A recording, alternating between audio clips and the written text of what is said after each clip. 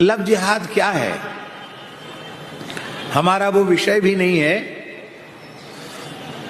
लेकिन हम एक बात कहें, धर्म प्राण भारतवर्ष जैसे पवित्र राष्ट्र के लिए सह शिक्षा बहुत बड़ा अभिशाप है। इस सह शिक्षा के ऊपर हम पहले भी बोल चुके हैं और आज फिर बोल रहे हैं कि आज इस बात के पुनर्विचार की आवश्यकता है।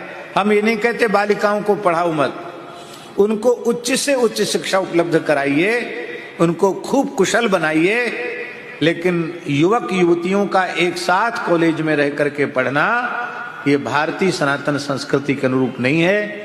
और यही लव जिहाद का मूल कारण है, क्योंकि उन्हें पढ़ना लिखना तो नहीं है। उस समुदाय को विदेशों से धन आ रहा है और अमुक वर्ण की लड़की लोगे तो तुमको इतना लाख रुपए मिलेगा, अमुक वर्ण की लड़की लोगे तो सुविधा मिलेगी।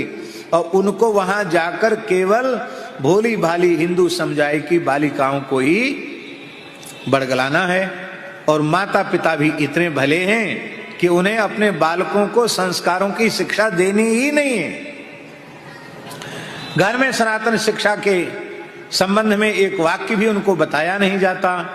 वहां जाने पर कुसंग मिलता है और उनको यही सिखाया जाता है कि दुनिया की सबसे खराब संस्कृति हिंदू संस्कृति है, और उस समय उनका ब्रेन वॉश करके उनको धर्मांतरित किया जाता है।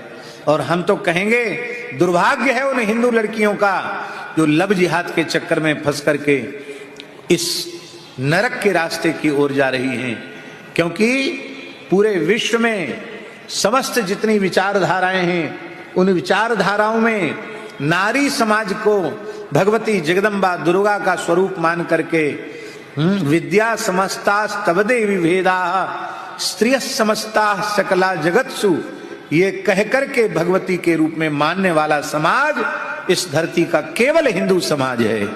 बाकी अन्य किसी समाज की बुद्धि नारी वर्ग के प्रति पवित्र बुद्धि नहीं है।